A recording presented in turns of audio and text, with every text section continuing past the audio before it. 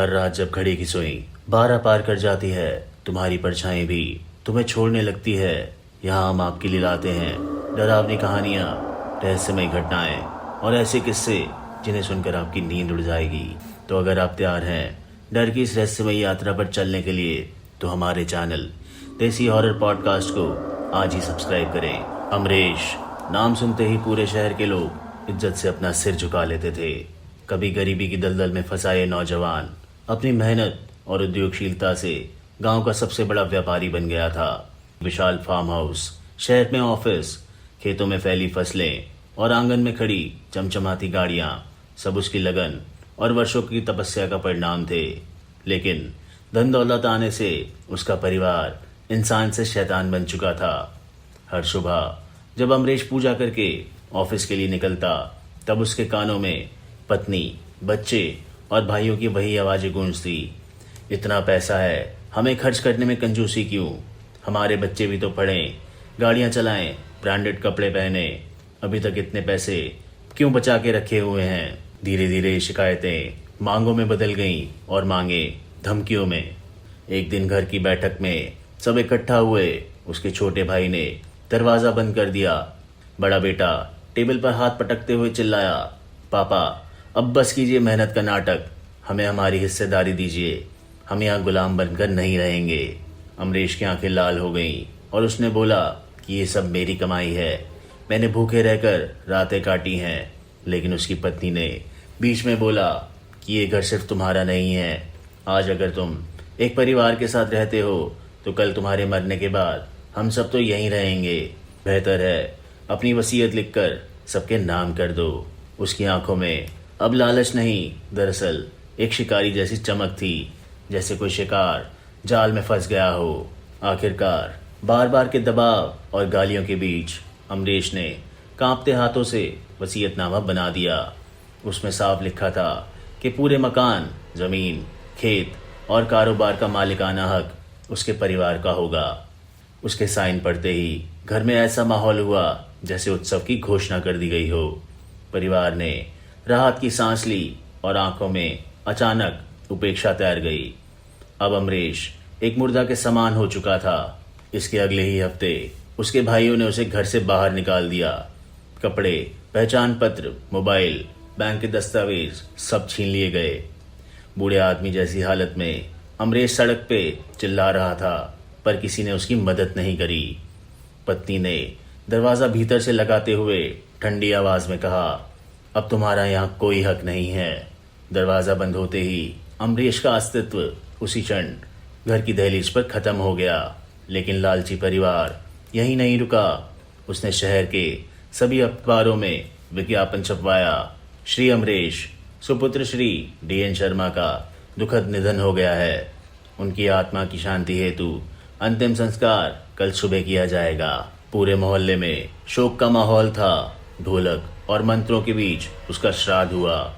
लोगों ने दिया जलाया और आंसुओं से कहा, बेचारा कितना नेक इंसान था। लेकिन वो नेक इंसान उसी समय सड़क पर पेट पकड़कर भूख से तड़प रहा था, सिर्फ अपनी ही मौत का मूक गवाह बनकर। इतना ही नहीं, परिजनों ने उसका मोबाइल नंबर भी बंद करवा दिया, सिम कार्ड काट कर जला दिया, उसके आधार कार्ड और डॉक्यूमेंट्स फाड़कर गटर में बहा दिए। दोस्तों और रिश्तेदारों में संदेश भेजा गया कि एक ठग घूम रहा है जिसकी शक्ल अमरीश जैसी है। वो झूठ बोलकर पैसे मांगता है, उससे सावधान रहें। अब अगर अमरीश किसी से जाता और कहता कि मैं जिंदा हूँ, तो वही लोग उसे धक्का मारते और चिल्लाते कि भाग यहाँ से ठग, मर चुके आदमी का नकली हमशक्ल। एक दिन रात को बारिश में ठंड से कांपते हुए सड़क के किनारे पड़ा। उसने सोचा, एक दिन रात को बारिश में ठंड से कांपते हुए सड़क के किनारे पड़ा। उसने सोचा, क्या मैं सच में मर चुका हूँ? सारी दुनिया तो यही मान रही है, फिर मैं कौन हूँ? उसकी आंखें भर आई, लेकिन आंसुओं में अब करुणा नहीं, घृणा और प्रतिशोध का जहर भर चुका था। उसने दांत किटकिटाते हुए आसमान की ओर देखा और बड़बड़ाया, मैं तुम सबको वही मौत दूंगा जो तुमने मुझे दी है, सबको जिंदा जला दूंगा। धीरे धीरे चीख चीख कर, दिनों से बुखार, बीमार और अपमानित होके उसने आत्महत्या कर ली। लेकिन उसकी आत्मा मुक्त नहीं हो पाई। उसका शरीर तो मर चुका था, लेकिन आत्मा उठी और चिल्लाई, अगर कोई है, अगर वाकई आत्माएं सच हैं तो मुझे ताकत दो। मैं अपने हाथों से नहीं, तुम्हारी मदद से उनको खत्म करना चाहता हूँ। उसी वक्त आसमान में बिजली कड़कती है और लगता है मानो पूरा शहर कांप रहा हो। तभी अचानक पूरी हवा ठंडी हो गई। उसके कानों के पास मानो किसी ने फुसफुसा कर कहा, तू अकेला नहीं है, तेरा बदला अब मेरा होगा, चल मेरे साथ। वो चौंक उठा और उसकी आंखों के सामने सड़क पार एक काला साया खड़ा था। लाल आंखें, लंबा चोगा और चेहरा मानो धुएं से ढका हुआ। वो आदमी धीरे धीरे हाथ के इशारे से उसे बुला रहा था। अमरीश ने कांपते कदमों से उसकी ओर कदम बढ़ाए। जैसे जैसे वो पास आया, उसे एहसास हुआ कि ये कोई आम आदमी नहीं है। वे ये वही था जिसके बारे में शहर के लोग कहते थे, डाकिन बाबा, एक तांत्रिक जो काले जादू और मृत आत्माओं का अधिकार रखता था। लोग कहते थे वो मुर्दों की आत्माओं से बात करता है। उसकी झोपड़ी शहर की सीमा से दूर एक पुराने कब्रिस्तान के किनारे बनी थी। बाहर सूखी खोपड़ियां, काले धागे और राख बिखरी थी। अंदर धीमी हंसी और मंत्रों की गूंज थी। अमरीश ने उसके सामने सिर झुका दिया और बोला, मुझे न्याय चाहिए। मेरे अपनों ने मुझे जीते जी जला दिया है। मुझे बदला लेना है। मुझे उनकी चीखें सुननी है। तांत्रिक हंस पड़ा। उसकी हंसी मानो कब्र के नीचे दबी आत्माओं की आहट थी।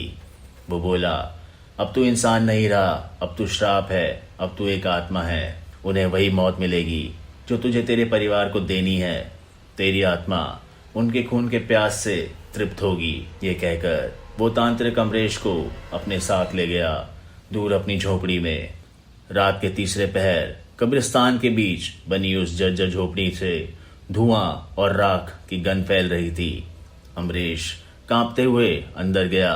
अंधेरे में टिमटिमाते दीपक की लौ उसके चेहरे को बेहुदा परछाई की तरह हिला रही थी। झोपड़ी की दीवारों पर मुर्दों की खोपड़ियां टंगी थी, जिनकी खोखली आंखें जैसे सीधे उसकी तरफ घूर रही हो। फर्श पर राख की परत थी और बीच में लाल रंग का त्रिकोण बना था। डाकिन बाबा झोपड़ी के बीचों बीच बैठ गए। उनकी आंखें अंगारों की तरह चमक रही थी। चेहरे पर हड्डियों की माला और हाथ में किसी जले हुए जानवर की खाल। डाकिन बाबा बोला, तू तो जिंदा भी मरे के समान है और मरने के बाद तो और भी खतरनाक है। तुझे अपने परिवार से न्याय चाहिए या प्रतिशोध? अमरीश ने मुट्ठी भींचकर कहा, न्याय इस दुनिया में मृतकों को नहीं मिलता। मुझे बदला चाहिए, इतना डरावना बदला कि उसकी चीखें मेरी आत्मा को शांति दें। डाकिन बाबा ने एक काला कटोरा उसके सामने रख दिया। बदला उतना ही मजबूत होगा जितना दर्द तेरा खून झेलेगा। अमरीश ने अपना हाथ काटा और उसकी आत्मा का खून बहने लगा और कटोरे में टपकने लगा। उसने हर बूंद के साथ अपने परिवार का नाम बड़बड़ाना शुरू किया। पत्नी, बच्चे, भाई, बहनें, तुम सब ने मेरे को जिंदा दफन किया है। अब तुम्हारे हर सांस पे मेरा श्राप होगा। जैसे ही कटोरा भर गया, बाबा ने मंत्र पढ़ना शुरू किया। अचानक झोपड़ी की दीवारें कांपने लगी। खोपड़ियां खटर खटर बजने लगी। बाहर हवा किसी आंधी की तरह चीखी और बुझते बुझते दियों की लौ हरी हो गई। तांत्रिक ने कहा, अब तेरी आत्मा और मेरे जादू का गठबंधन हो गया है। अब तू जो चाहेगा वो उनके सपनों, उनके कमरों, उनके खून तक पहुंचेगा। अमरीश के परिवार का सबसे लालची सदस्य उसका बड़ा बेटा था।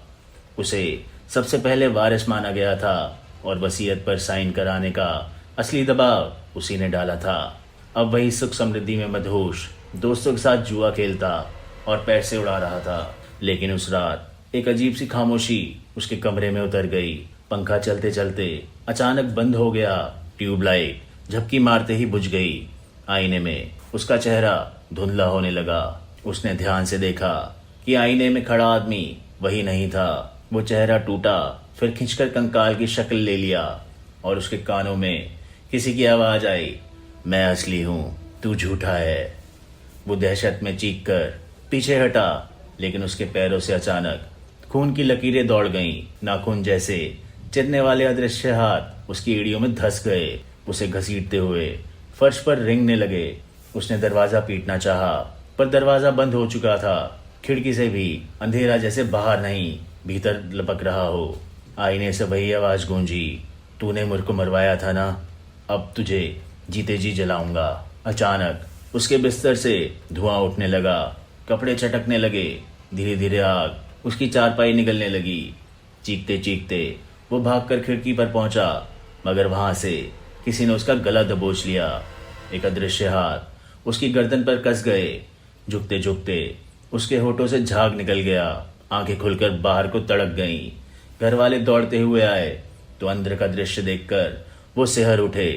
बेटा पलंग पर पड़ा था, चेहरा झुलसा हुआ था, मगर शरीर पर कोई आग की लपट नहीं थी और वो मर चुका था। कमरे के आईने पर उसके खून से लिखा था अमरीश। घर वाले नाम पढ़कर खौफ में आ गए। अब हवेली पर मातम छा गया, लेकिन साथ ही एक डर ने सबको जकड़ लिया था। सब सोच रहे थे, क्या ये मौत आम मौत थी? क्या वाकई अमरीश की आत्मा लौट आई है? रात भर दीवारों में ठक ठक होती रही, छत पर पाँव की आवाजें गूंजती रही, मकान की खिड़कियों से किसी की हंसी सुनाई देती रही।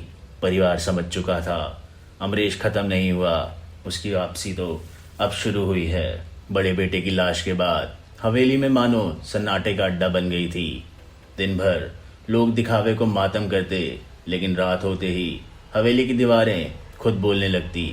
कभी किसी कमरे में बत्ती अपने आप जल जाती, कभी आईने पर खून से बने हाथों के निशान झलक उठते, कभी आंगन में कोई कर्राता हुआ दिखाई देता, मगर पास जाके देखो तो बस हवा का थपका। अगला निशाना बनी अमरीश की माँ, जिसने बेटे को घर से निकालते समय सबकी अगुवाई की थी। एक रात वो अपने कमरे में सो रही थी। अचानक उसे लगा जैसे उसके कानों में कोई फुसफुसा रहा हो, माँ माँ दरवाज़ा खोलो, मैं आ गया हूँ। उसकी आंखें फटी रह गईं। ये ठीक वही आवाज़ थी अमरीश की। उसने घबराकर बत्ती जलाई, लेकिन कमरे में कोई नहीं था, मगर दरवाजे पर गंदे कीचड़ से भीगे पैरों के निशान बने हुए थे। वे निशान धीरे धीरे उसके बिस्तर के पैरों तक आकर रुक गए। वह चिल्लाने लगी, लेकिन किसी ने दरवाज़ा नहीं खोला। अचानक उसकी चौकी के नीचे से हाथ निकले और उसकी एड़ियों को पकड़ लिया। काले सड़े हुए हाथ जैसे कब्र से उठे हों। वो चीखते चीखते कमरे में एक कोने तक घसीटती चली गई। दीवार पर उसके सिर से खून के धब्बे छप गए और अचानक उसका गला कस गया। बाहर परिवार दौड़ा, लेकिन जब दरवाज़ा खोला तो अंदर उसकी माँ छत से लटक रही थी, पर रस्सी कहीं नहीं बंधी थी, मानो अदृश्य फांसी ने उसे पकड़ लिया हो। उस मौत के बाद हवेली जैसे पूरी नरक बन गई। दरवाजे अपने आप बंद बंद होकर चर चर गूंजने लगे। रात भर गली गली यह अफवाह थी कि हवेली के भीतर से औरतों की चीखने की आवाज़ आती है। नौकर भागने लगे। हर पेंटिंग, हर आईना, सब में अमरीश की परछाई झलकने लगी। अब बचा हुआ परिवार दिन के उजाले में भी साए से डरने लगा था। लेकिन असली खेल तो अब शुरू हुआ था। अमरीश का छोटा भाई, जिसने वसीयत के लिए सबसे ज्यादा दबाव बनाया था, अब अक्सर शराब पीकर हवेली की बालकनी पर बैठा रहता था और बोलता था, अगर सच में अमरीश की आत्मा है तो सामने आए, मैं नहीं डरता। उसके शब्द सुनते ही हवेली में हवा बर्फ सी ठंडी हो गई। अचानक उसकी बोतल फर्श पर जमीन से टकराकर चकनाचूर हो गई और बाहर अंधेरे में वही आवाज़ गूंजी, मैं आ गया हूँ। तभी पीछे से किसी ने उसे जोरदार धक्का दिया। वो चिल्लाता हुआ नीचे गिरा, पर अजीब ये था कि गिरने से पहले वो हवा में उल्टा लटक गया था, मानो किसी ने उसका पैर पकड़ लिया हो। नीचे परिवार खड़ा देख रहा था, पर किसी को कुछ दिखाई नहीं दे रहा था कि उसको पकड़ने वाला कौन है। बस इतना दिख रहा था कि उसकी गर्दन धीरे धीरे घूमने लगी और कड़क की आवाज़ के साथ टूट गई और लाश नीचे जमीन पर गिरकर तड़प उठी। घर की बहनें अमरीश का मजाक उड़ाकर हमेशा कहा करती थी, कितना डरपोक है, ऐसे आदमी का जिंदा रहना भी बेकार है। एक शाम वही बहन हवेली के अंदर बने पुराने कमरे में किताब पलट रही थी। अचानक उसे किताब के पन्नों पर अजीब से शब्द नजर आए, विश्वासघात, गद्दारी, खून से सजा। उसके हाथ कांपने लगे, पन्नों से धुएं के धागे निकलने लगे और उसके चेहरे पर सीधा आकर लिपट गए। उसकी आंखें सफ़ेद पड़ गईं। उसने खून से दीवार पर खुद अपने हाथों से लिखा, हमने अमरीश को मारा है। फिर अचानक उसका गला कट गया। कोई हथियार नहीं, कोई इंसान नहीं, बस हवा से उसका गला यूं चीर गया कि मानो किसी ने धारदार छुरी से घसीट दिया हो। उसकी लाश वहीं किताबों के बीच में गिर गई। अब बची उसकी पत्नी, वह औरत जिसने अमरीश से हमेशा धोखा किया था। उसे हर रात सपने में दृश्य दिखने लगे। अमरीश चिता पर लेटा जल रहा है, कंधों पर राख, आंखों में अंगारे भरकर उठ खड़ा होता है और कहता है, तू ही असली कसाई है।